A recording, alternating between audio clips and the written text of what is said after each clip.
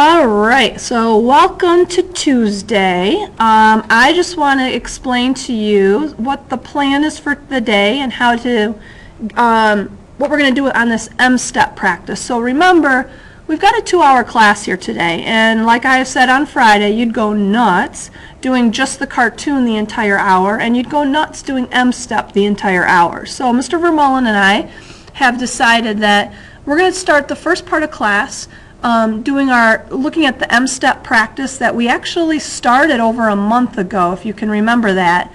And then the second part of class will be the cartoon project that you'll work on.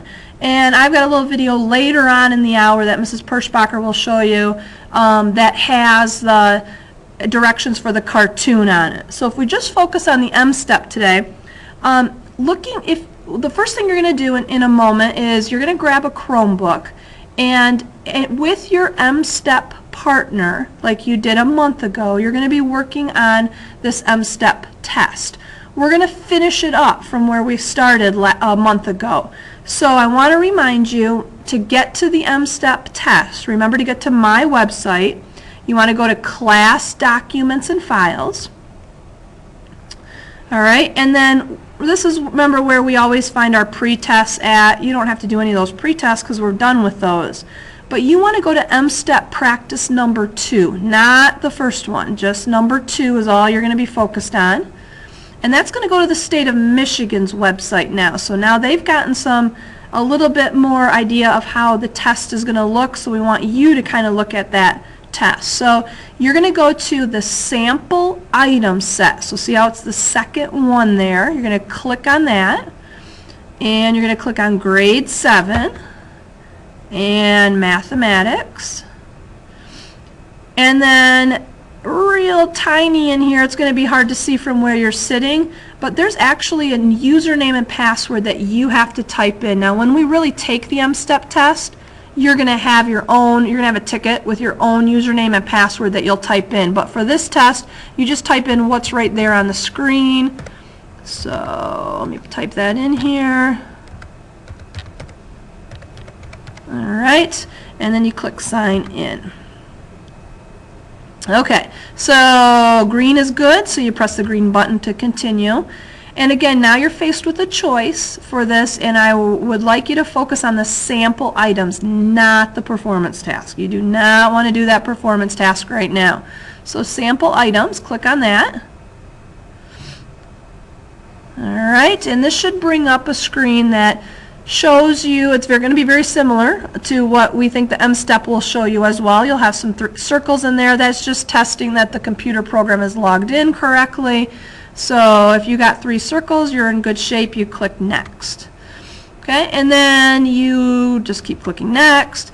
Now I want to point out some of the tools, and I know you've already been introduced to these tools through Language Arts. So a lot of these tools are a little bit more language artsy to use, and we won't be using them in math as much. But the one tool I think you're probably really going to want to use is that flag button right there, because if you answer a question today and you think, I'm not quite sure on it, or I want to go back and double check it, you can flag it, and that will remind you at the end that that's one question you really need to go back to. Okay? When you click next, there's some more tools here. Highlighter tool, yeah, you might want to use that for a little bit to highlight some key words. Magnifier tool makes the screen a little bit bigger if you're stuck on it. Pointer tool, that's just what the mouse is doing, pointing. One of the tools I think might be valuable for math on the multiple choice questions are the cross-off tools.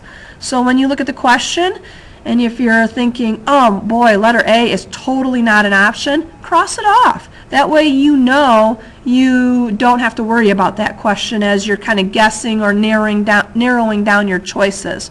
So that cross-off tool should be helpful. Sticky notes, I don't know if those are too helpful for math, but you can use them, especially maybe on the questions that you flag. You could put a sticky note there and put why you flag it, so when you go back to it later, that'll remind you, oh yeah, I wasn't quite sure on this part of it.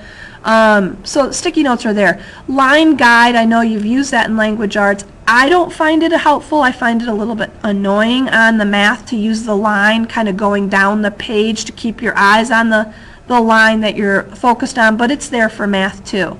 And now here's the important thing, calculators. You may not use your calculator on the M-STEP test, nor may you use it today, because we want to kind of simulate this M-STEP test. And when you have a question that you're allowed to use the calculator on, this icon will pop up on the screen. It will be in the toolbar. So you can click on that and the calculator will drop down. Calculator is very similar to the calculator you guys use. So that shouldn't be any big news to you, but the calculator will be there for you to use. If it's not there, that means it's a non-calculator question that you're going to be doing mentally. So only the questions that have calculators can you use that calculator on, the calculator button. Okay, now keeping going here, a couple of things. Green is okay, reviewing the test is okay, returning the questions is okay, ending test. When you get to the very end of the test, just like on the M-STEP, if you end it, it's going to ask you a question 2 or 3 times. Are you sure? Are you sure? Because on the M-STEP test, when you end it that final time, you may not go back and change any questions or go back and answer any questions you missed. So they've kind of created a safeguard here in case you miss a question. So I wanted to point that out today so that you can kind of see what that's going to be like at the end of this practice test. All right, so we're going to begin the test. And the first question here is going to be exactly like the first question of the test that we already practiced. So your job is going to be that you need to look at the questions you've already answered. If you're okay with those answers, you look at it and you think, oh yeah, I'm fine with it, then just go ahead and put the answer right here in the answer box here. Excuse me. If you think, you look at it and you go, boy, I want to try that again, I'm not quite sure we got that right, go ahead and answer it again and redo the problem if you want. So the first 13 or 15 questions that you already have done, you're just going to put in your answers onto this version of the test. Then when you get to the questions where you haven't done them yet, that's where what you and your M-STEP partner really focus in on answering those questions now, looking at the problem, putting them on your blue sheet of paper so that you have a copy of your answer and a copy of your work, and then you'll enter it right here on the screen. So you're going to have to enter the questions you've already done. You're welcome to change them if you need to. You don't have to if you think they're good. And then when you get to the last half of the test that you haven't done, that's where you start kind of really practicing that test. Couple of things. Notice no calculator up here, so this is a non-calculator question. And one thing that's different about this version on the State of Michigan's website, it doesn't have a keypad. So this little tiny EQ here says Equation Builder. You click on that, and it's, again, hard to see unless you're right in front of your computer. There's some options here. There's some symbols for math, greater than, less than sign.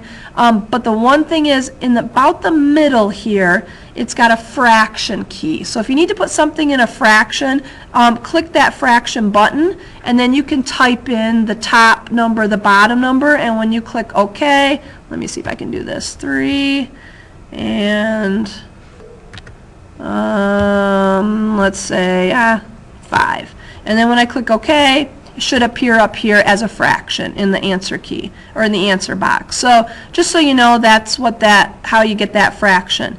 And one last thing, when you're ready to end and you click the green button when you get to the last problem, review and end test, right here shows you all of the questions that are on the test. There's 29 of them. Circles mean multiple choice, or ovals mean multiple choice. Rectangles mean answers that you have to actually type in.